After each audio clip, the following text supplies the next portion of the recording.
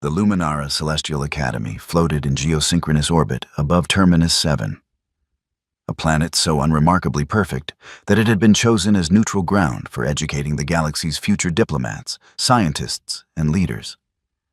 The irony, of course, was that neutral meant boring. No extreme weather. No predators above Class 3 threat level. Gravity so gentle it made feathers feel heavy.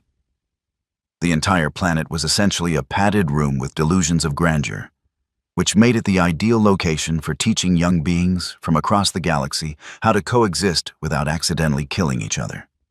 The key word being accidentally. The Academy's founding charter, written approximately 3 standard centuries ago, had included a clause about accepting students from all recognized sentient species, provided they met the academic standards and could reasonably be expected not to murder their classmates.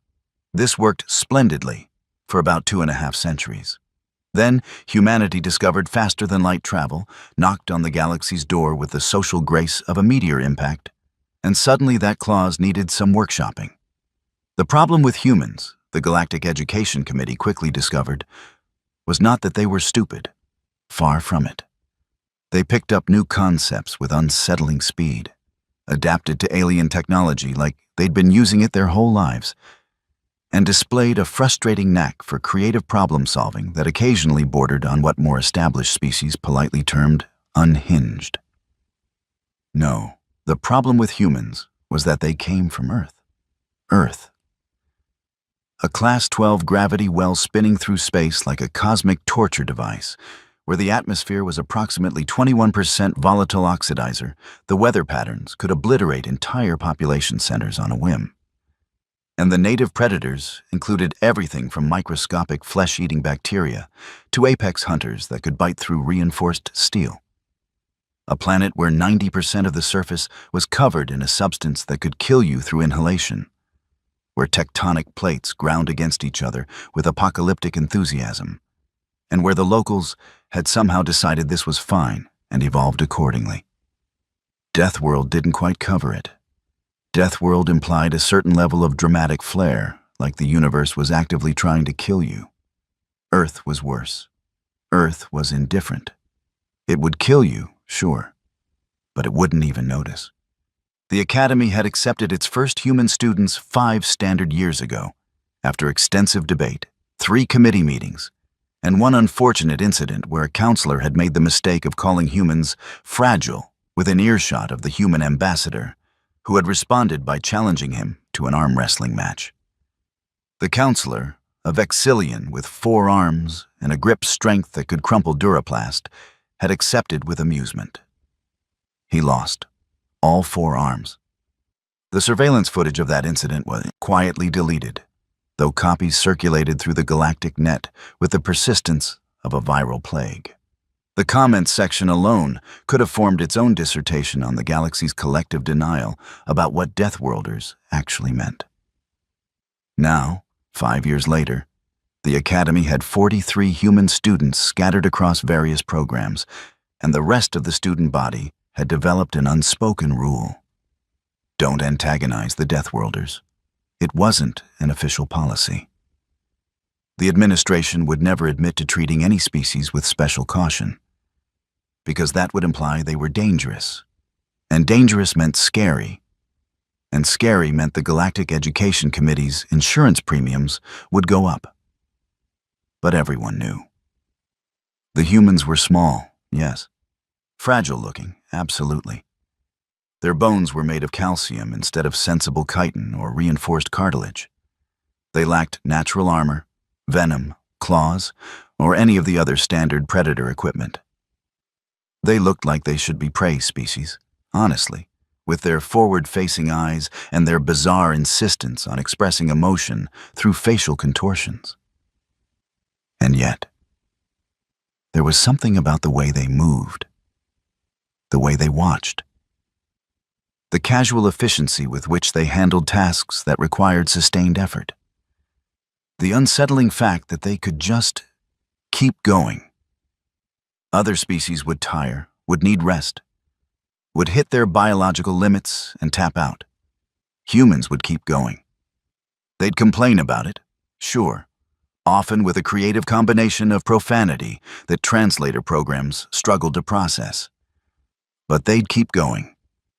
The student currently walking through the Academy's East Wing corridor embodied every contradiction that made humans simultaneously fascinating and terrifying to their classmates. She stood at approximately 1.7 meters, which was short by most galactic standards, with the kind of build that suggested regular physical activity, but nothing excessive. Her hair was dark, pulled back in a practical style that kept it out of her face. Her clothing adhered to Academy standards. Simple, functional, unmistakably civilian, she looked, by all objective measures, harmless. The Krellian students who had been following her for the past 3 corridors did not agree with this assessment. But then again, they were about to make several poor life choices in rapid succession, so their judgment was already questionable. Krellians occupied an interesting niche in the galactic hierarchy. They were predators, certainly, with chitinous exoskeletons that could deflect most conventional weapons, mandibles that could shear through bone, and a tribal culture that valued strength and dominance above most other virtues. They stood taller than humans, bulkier, with forearms ending in serrated claws that could gut most species without much effort. On their homeworld, they were apex predators.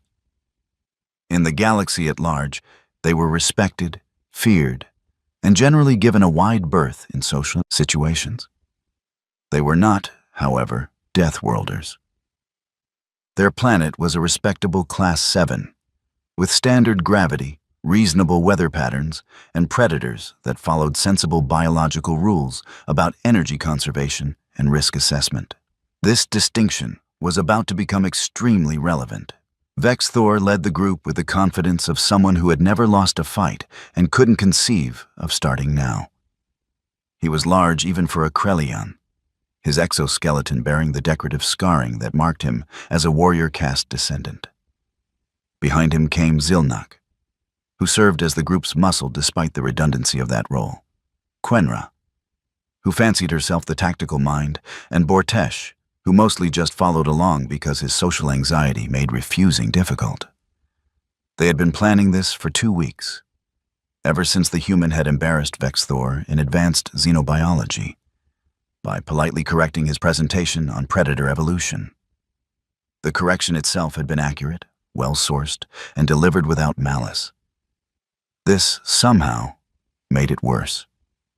Being challenged was one thing. Being proven wrong by a creature that looked like it could barely open a door without assistance was intolerable. The first retaliatory move had been subtle. Social isolation, spreading rumors about human aggression and instability, the standard juvenile dominance games that every species seemed to independently evolve. The human had ignored it with the kind of patience that suggested she'd dealt with worse. The second move had been the accident in the chemistry lab. A precisely timed stumble, a spilled container of solvent, and 3 weeks of the human's research project dissolved into expensive sludge. The human had simply stared at the mess, then at Vex Thor, and started over from scratch without filing a complaint. This also made it worse. There was supposed to be anger, tears, some kind of satisfying emotional response that confirmed her inferiority. Instead, she'd just adapted, fixed it, moved on. So now came Phase 3, direct confrontation. Nothing too severe, of course, just enough to establish proper hierarchy, make her understand her place, maybe rough her up a bit, scare her into dropping out, or at least showing proper deference.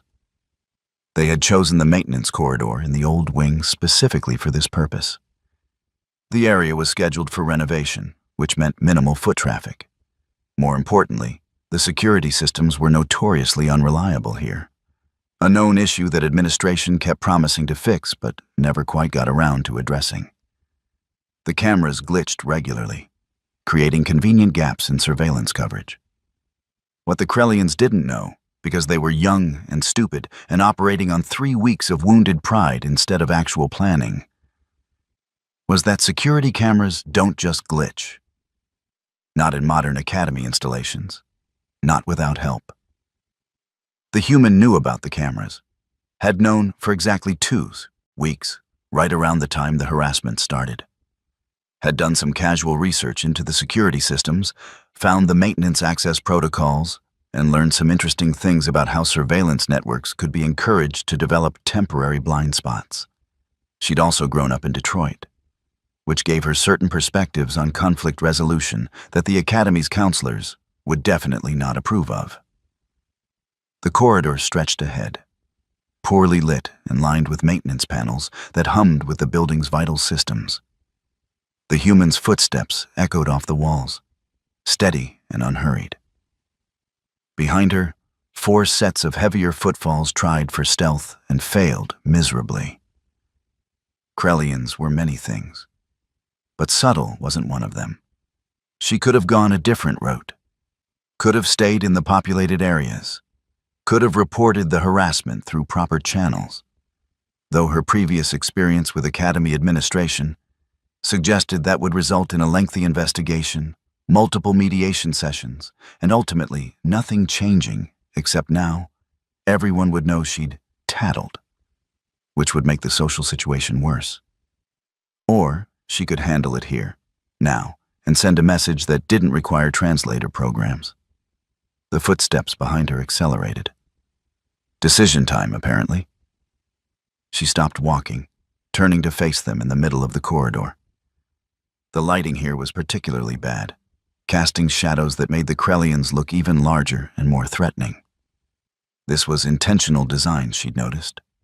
Make the maintenance areas uninviting so students wouldn't explore them and accidentally electrocute themselves or whatever. Vex Thor stepped forward, his 3 companions spreading out to block potential escape routes. Standard predator behavior, really. Establish dominance through positioning, cut off retreat, force submission through threat display. She'd seen the same pattern in nature documentaries, gang confrontations, and corporate negotiations. "You have been difficult to corner, human," Vex Thor said, his mandibles clicking in what his species considered an intimidating gesture. The translator in her ear rendered his words with appropriate threatening intonation. "Always surrounded by others, always in monitored areas.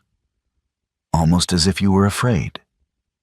She tilted her head slightly, studying them with the kind of calm assessment that comes from growing up in an environment where threat evaluation was a survival skill.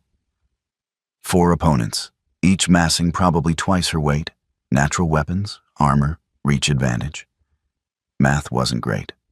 Then again, math rarely told the whole story. "I prefer populated areas," she said, voice level. "Better lighting, less chance of tripping over maintenance equipment. You know, safety concerns." Quenra chittered something that didn't translate well, but was probably meant to be mocking. "Safety? Yes. The fragile Deathworlder worries about safety. How amusing." "Fragile is relative," the human replied. "So is safety. Speaking of which, you guys sure you want to do this? I'm happy to just forget this whole thing happened. We all go our separate ways. Nobody has to explain anything to medical staff." Vex Thor's exoskeleton plates shifted in what might have been laughter. "You think you are in a position to threaten? There are 4 of us. You are alone. You have no weapons, no armor, no witnesses," the human interrupted, glancing up at the security camera in the corner. Its indicator light was dark. "Funny how that works out. This camera's been glitchy for weeks. Never seems to record properly. Probably won't capture whatever happens next." Zilnak cracked his knuckles, a gesture that worked surprisingly well across species. "Then there is no reason to delay. You will learn respect, human. This will hurt, but that is how lessons work." The human sighed, a peculiarly human expression of resignation mixed with annoyance. "You know what? I tried. Can't say I didn't try. Just remember that part, okay? When you're explaining this to the medical team." I tried to walk away. She shifted her stance slightly, weight balanced, hands loose at her sides. Not a fighting stance, not obviously, but something in her posture changed. The casual student demeanor dropped like a discarded coat, revealing something harder underneath. Vexthor noticed, but misinterpreted it as fear turning to desperate determination. Brave of you to resist. Foolish, but brave. I will make this quick. He lunged forward, one clawed hand reaching to grab her shoulder, intending to slam her against the wall and establish physical dominance. It was a move he'd used successfully in countless confrontations, leveraging his size and strength advantage to overwhelm opponents before they could mount effective resistance. The human wasn't there when his hand arrived. She'd moved sideways, not much, just enough that his momentum carried him past her intended position. As he stumbled slightly, trying to correct, she kicked the inside of his knee with the kind of precision that suggested practice. The joint bent wrong. Not broken, but definitely unhappy about recent developments. Vexthor snarled, spinning with his other arm extended in a backhand that would have sent her flying if it connected. She ducked under it, stepped inside his reach, and drove her elbow into the softer chitin at his throat joint. Krellian anatomy put a major nerve cluster right there, a vulnerability their armor didn't quite cover. His nervous system registered the impact and briefly considered shutting down in protest. Zilnak charged from the side, learning nothing from his leader's mistakes. The human heard him coming, the heavy footfalls impossible to miss in the enclosed space. She waited until the last possible second, then dropped flat. Zilnak, unable to stop his momentum, tripped over her prone form and crashed face first into Vexthor with the grace of a cargo shuttle attempting atmospheric entry without functioning thrusters. Quenra, watching this unfold with growing alarm, decided tactical thinking was overrated and simply rushed in swinging. She had 4 arms and knew how to use them, creating a flurry of attacks that should have been impossible to defend against. The human rolled to her feet, backed up 3 steps, and let Quenra overextend. Each miss required energy, required commitment to a trajectory. Humans had been studying martial arts for thousands of years, developing styles that emphasized efficiency and leverage over raw strength. The basic principle was simple: make them work harder than you do. After 6 or 7 wild swings, Quenra was breathing heavily, her strikes getting sloppier. The human had barely moved, just small adjustments, minimal effort. When Quenra committed to a particularly aggressive combination, leaving her center exposed, the human stepped in and punched her right in the thorax. Not hard by human standards, just a quick jab to test the armor. The armor held, but the force transferred through it, and underneath that armor was soft tissue that had evolved on a planet where predators respected each other's personal boundaries. Quenra wheezed, her respiratory system temporarily confused about its job description. Bortesh, demonstrating the survival instincts his ancestors had carefully cultivated, started backing away. Perhaps we should reconsider. Stand your ground, Vexthor rasped, having recovered enough to be angry about it. His throat hurt, his knee hurt, and his pride hurt worst of all. He charged again, this time with Zilnak, attempting to use coordinated attacks to overwhelm her. The human's response was almost casual. She grabbed a maintenance panel handle, the kind used for leverage when removing stuck panels, and yanked it free with a quick twist. Now she had reach, and more importantly, a metal bar to extend her threat range. Vexthor pulled up short, suddenly wary. That is cheating. That's tool use, the human corrected. Kind of humanity's whole thing. We're not naturally strong, so we invented leverage, and metallurgy, and orbital kinetic bombardment, but that seemed excessive for this situation. She swung the bar experimentally, making it whistle through the air. The Krellians spread out, trying to circle her again, but the corridor limited their options. She kept moving, positioning herself so they couldn't surround her, using the environment the same way they'd tried to. Zilnak feinted left, then lunged right. The human parried with the bar, the metal ringing against his exoskeleton with a sound that echoed down the empty corridor. The impact sent vibrations up both their arms. But she'd braced for it, and he hadn't. His follow-up strike was sluggish, giving her time to sidestep and crack the bar against his knee joint. Krellians had a lot of armor, but joints were always vulnerabilities. Basic engineering. You needed flexibility for movement, which meant less protection. Zilnak went down with a pained hiss, clutching his leg. "Two down," the human said, not even breathing hard. This was the thing about Deathworld evolution. You didn't get to be fragile. You got to have absurd cardiovascular efficiency, redundant systems, and the kind of stamina that came from ancestors who'd hunted prey by literally running after it until it died of exhaustion. Quenra and Vexithor exchanged glances. This wasn't going according to plan. The small, soft creature was supposed to crumble under pressure, not systematically dismantle them like malfunctioning equipment.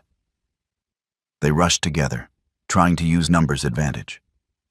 The human met them head-on, which was either incredibly brave or incredibly stupid. She blocked high, ducked low, used the bar to redirect strikes rather than absorbing them directly. Every movement was economical, nothing wasted. The product of evolution that punished inefficiency with death.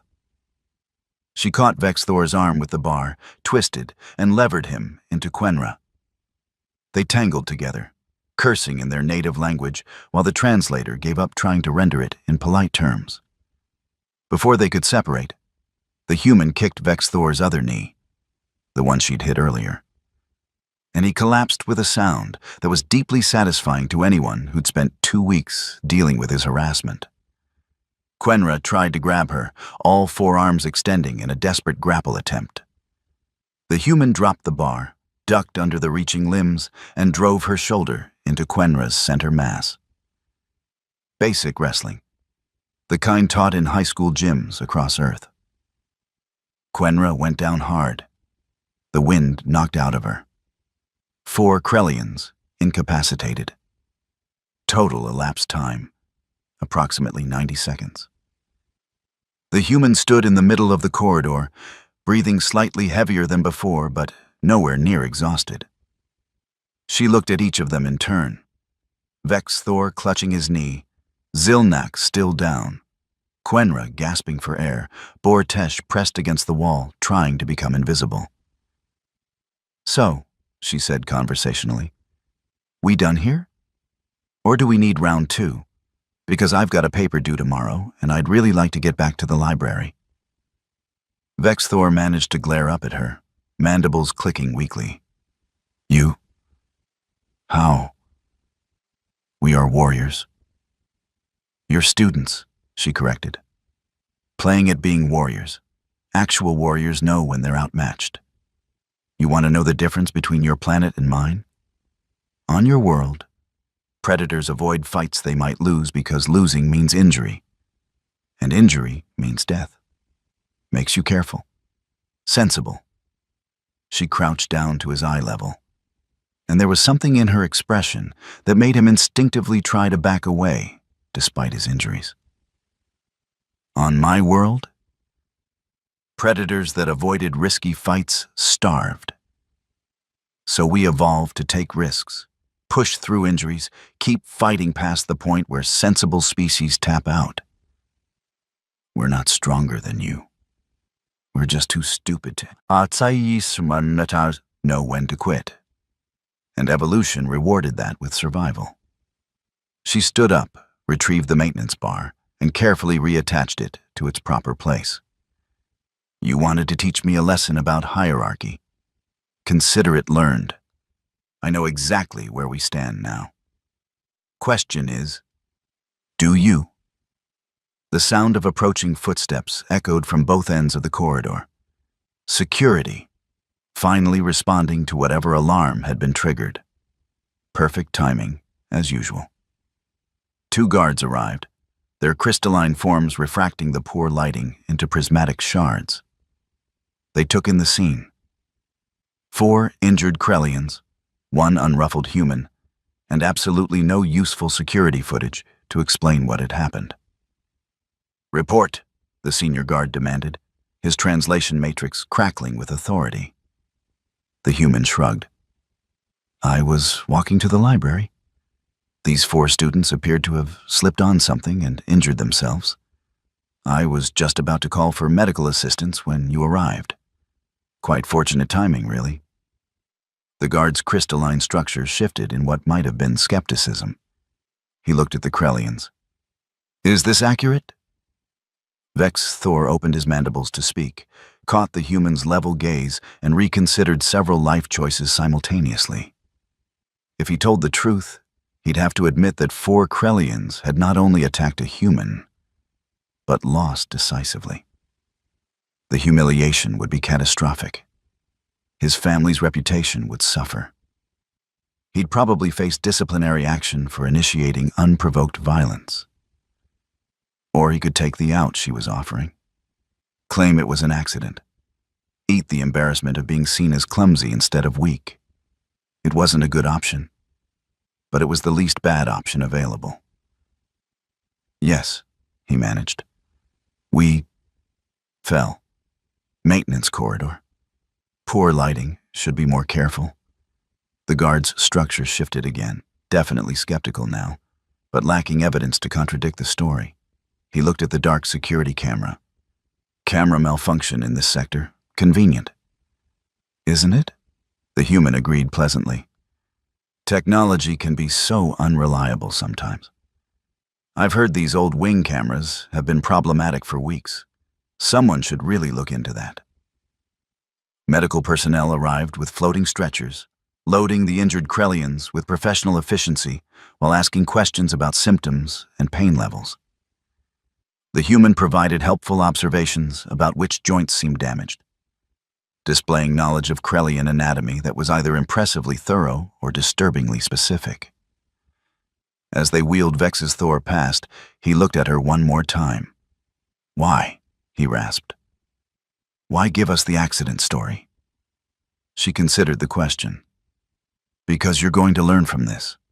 You're going to think real hard about assumptions, about who's actually dangerous, about picking fights based on what someone looks like versus what they're capable of. And you're going to remember that I could have destroyed your academic career and future prospects, and I chose not to. Call it an investment in your education." She glanced at the guards. "Also, the paperwork for assault charges would be incredibly tedious. And like I said, I have a paper due tomorrow. Priorities." The medical team departed with their cargo, leaving the human alone with the security guards and the lingering question of what had actually happened. The senior guard studied her for a long moment. "You understand," he said slowly, "that we know something occurred here beyond simple clumsiness." "Do you?" she asked innocently. "Because without footage, testimony, or witnesses, all you have is speculation. And speculation isn't grounds for investigation, is it? That would create a hostile educational environment, and the Academy is very clear about avoiding those." The guard's structure flickered with what might have been amusement. "You have read the student handbook thoroughly." "I'm a very diligent student. It's why I'm here, after all. To learn." "Indeed. What are you studying, if I may ask?" "Xenopsychology with a focus on conflict resolution," she said, without a trace of irony. "I find interspecies dynamics fascinating. All the different approaches to problem solving, the cultural variations in threat assessment, the way different evolutionary backgrounds create fundamentally different perspectives on violence and social hierarchy. It's quite complex." The guard made a sound that the translator rendered as resigned laughter. "I suspect your classmates will become considerably more courteous in the near future. One can hope. Education should broaden perspectives, shouldn't it?" The guards departed, leaving her alone in the corridor. She waited until their footsteps faded, then pulled out her datapad and made a few quick adjustments to the security system.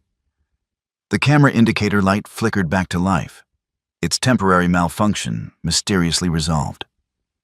She continued toward the library, her pace unhurried, her expression peaceful. Behind her, the camera dutifully recorded an empty corridor with nothing unusual to report. The story of what happened in the maintenance corridor spread through the academy with the speed of quantum communication, which was to say, instantaneously and probably violating several physical laws. The official version involved an unfortunate accident, poor lighting, and 4 clumsy Krellians. The unofficial version varied depending on who was telling it. But the core elements remained consistent. The Deathworld student had been cornered, and the Krellians had lost badly. In the medical bay, a Centaurian doctor examined Vex Thor's injuries with the careful attention of someone studying a particularly interesting puzzle. "Remarkable precision," she murmured, her 4 eyes independently focusing on different damage sites. Each strike targeted joint vulnerabilities with almost surgical accuracy. One might conclude you were attacked by someone with extensive knowledge of Krellian anatomy and combat training. "One might conclude we slipped on a wet floor," Vex Thor growled. "One might," the doctor agreed, "if one were concerned with official reports rather than medical reality. Professionally speaking, I'm required to note that these injuries are consistent with your statement. Personally speaking, I would suggest you avoid maintenance corridors in the future, and perhaps reconsider your assumptions about Deathworld species." 3 days later, in Advanced Xenobiology, the human delivered her presentation on predator-prey evolutionary dynamics. Vex Thor, still recovering but mobile, sat in the back row with his 3 companions. When she finished, he raised his hand. "Question," he said, his voice lacking its previous aggressive edge. "You mentioned that Deathworld predators evolved persistence hunting strategies. Can you elaborate on the psychological adaptations required for that approach?" She smiled slightly. "Excellent question. Persistence hunting requires the ability to track prey over extended periods, maintain focus despite physical discomfort, and push past normal exhaustion limits. The psychological adaptation is essentially weaponized stubbornness, the refusal to give up even when every rational indicator says you should. That sounds maladaptive. It would be on most worlds. On Earth, it was the difference between eating and starving. Evolution doesn't care about rational. It cares about what works." "Fascinating," Vex Thor said, and possibly meant it. After class, students gave the humans slightly more space in the corridors. Not fear, exactly, but respect. The kind of respect that comes from understanding that surface appearances don't tell the whole story, and that fragile is a relative term when applied to species that evolved on planets actively trying to kill them. The security footage from the maintenance corridor remained mysteriously corrupted, a technical glitch that investigations couldn't quite explain. The Academy's IT department eventually classified it as a random system error and moved on to more pressing concerns. The human continued her studies, maintained her grades, and never mentioned the incident. When asked about the Krellians' injuries, she expressed concern and hoped they recovered quickly, which they interpreted as either sincere kindness or the most sophisticated psychological warfare they'd ever encountered. Possibly both. The galaxy continued spinning, vast and complicated, full of species with different strengths, different vulnerabilities, different perspectives, shaped by billions of years of divergent evolution. And somewhere in that galaxy, on a small blue planet that really should have been labeled with more warning signs, humanity kept producing these bizarre, resilient, absolutely terrifying creatures that looked fragile and acted accordingly, right up until the moment they didn't. The Galactic Education Committee updated their insurance policies, raised premiums for institutions, hosting Deathworld students, and added a footnote to the acceptance criteria about ensuring adequate security systems in maintenance areas. The security camera in the East Wing corridor worked perfectly after that, recording nothing but empty hallways and the occasional student hurrying to class. which was exactly as it should be. After all, the best conflicts are the ones that never officially happen, leaving nothing but healed injuries, learned lessons, and the quiet understanding that some species earned their designation as Deathworlders for very specific, very practical reasons. The human finished her paper on time, received high marks, and graduated 3 years later with honors. She went on to become a successful diplomat, specializing in interspecies conflict resolution, which absolutely nobody found surprising. Vex Thor also graduated, slightly more humble, significantly wiser, and with a healthy respect for species that looked harmless. He occasionally told the story of his accident to younger students, always emphasizing the importance of proper lighting and maintenance corridors and the dangers of making assumptions based on appearances. The camera never glitched again. Some coincidences, the IT department decided, were better left unexamined.